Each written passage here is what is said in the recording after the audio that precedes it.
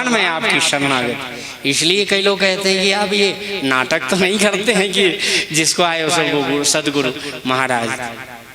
अगर अपने जीवन में ज्ञान स्थिर पाना हो, कृपा पाना हो, एक ही मार्ग, शिष्यस्ते हम साधि माम त्वाम प्रपन्न। सरल हृदय से कोई भी संत को सदगुरु की भावना से देखो तो आपको कभी जीवन में अज्ञान नहीं पाशना है। संतों की कृपा होती, संतों में अपने सदगुरु का दर्शन करना चाहिए, छोटा हो चाहे बड़ा हो कोई भी। तो मेरा एक स्वभाव ही पड़ गया तो मैं क्या करूँ, अपने स्वभाव से मैं परवश हो गया भाई। आज बड़े प्रेम से भगवान ने एक राक्षस मारा, लक्ष्मण जी ने सारे राक्षस मार डाले। राम जी ने कहा कि अच्छा तो मेरे को राक्षसों को मारने की जरूरत है नहीं, जगमोह सखा निशाचर देते लक्ष्मण हनई निमिख में होते थे। कल उत्तर प्रसंग में करें, 5 मिनट जल्दी आ जाओ। आज राम जी की कथा थोड़ी धनुष यज्ञ में चले। और भगवान ने एक मारीच था, महाराज मारीच यानी जीवन का राग, और राग को भगवान ने राग नष्ट मत कर देना, इसलिए तो विरागी बने। यही लागी विरागी 2 घंटे से व्याख्या कर मैं गुरुजी का जैसा सुना मैं सुना रहा हूँ। तो राग को भगवान ने मारा नहीं, जब राग को राम का बाण लग जाता है तो राग ही विराग में बदल जाता है, और विराग ही अनुराग में बदलता है, और अनुराग ही वीतराग में बदलता है। वीतराग भय क्रोधा मन मया माम उपास। इसलिए राम का बाण एक बार लग जाए ना तो फिर वो डिग्री उसकी बढ़ाती जाती है, बढ़ती जाएगी। भगवान ने पावक शर स्वभाव पुनि मारा, अनुज निशाचर कटक श्रवण। और भगवान ने सुनि मारीच निशाचर क्रोध, लय सहाय धावा मुनि द्रोही। भगवान ने एक बिनु फर बाण राम ते मारा, बिना फणा निकाल ली। क्योंकि रघुवंशियों का बाण एक बार दशरथ जी का श्रवण की माता श्रवण को लग गया था ना धोखे में फणा सहित, इसलिए रघुवंशियों का नियम हो गया था कि फणा सहित बाण नहीं मारना था, नहीं तो कोई बचेगा। इसलिए भरत जी ने भी जब हनुमान जी को मारा ना तो देखा भरत विशाल एति निश्चर मन हनुमान, बिनु फण सायक मार्यो चाप श्रवण लगिता। और बाण ऐसा मारा ना तो हनुमान जी के घुटने से पार हो गया, और हनुमान जी मूर्छित होकर के पट्ट से नीचे आ गए, और बाण निकल करके पहाड़ को वहीं रोक करके रख लिया। भरत जी के बाण में इतनी ताकत थी कि पहाड़ को उतने बड़े द्रोणागिरि पहाड़ को ऊपर रोक दिया, और हनुमान जी को नीचे पट से आ गया। परामरक्ष में लागत सायक सुमिरत राम राम रघुनायक। तो आज भगवान ने बिना फर का बाण मारा तो ये राग को तो ये सत जो जनगा सागर पारा, इससे आगे काम लेना था।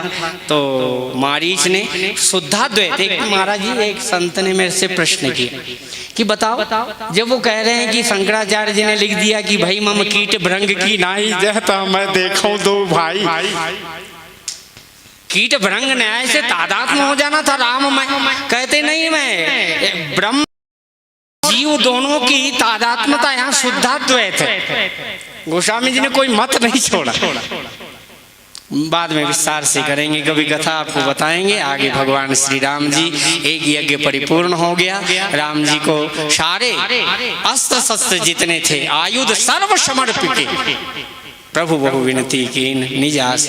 और भगवान श्री राम जी को कंदमूल फल भोजन दीन भगत इस जान बड़े प्रेम से स्वागत किया। राम जी से कहा राघव अब एक पत्र आया, राम और लक्ष्मण दोनों विश्वामित्र के चरण दबाते। ये हमारी संस्कृति नहीं है, रिसर्च है। मैं अपनी जिंदगी का सबसे श्रेष्ठ बात कहता हूं तुमसे,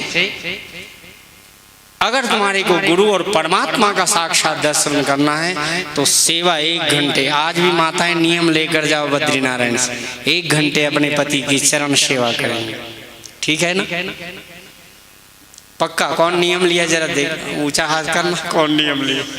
अरे यहाँ का है कि शर्माना बद्रीनारायण, कोई तैयार नहीं हुई भाई, ये सब झूठ मूठ जी उल्टा हो गया। चलो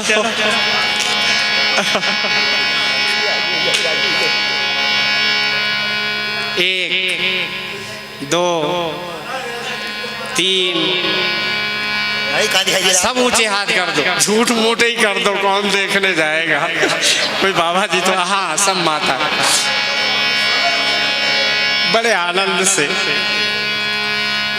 जब राम लक्ष्मण अपने गुरु महाराज की चरण सेवा करते हैं, जिनके चरण सरोवर लागी, करत विविध जप जोग विरागी, ते दो बंधु प्रेम जनु जीते, गुरुपद कमल पलोटत प्रीते।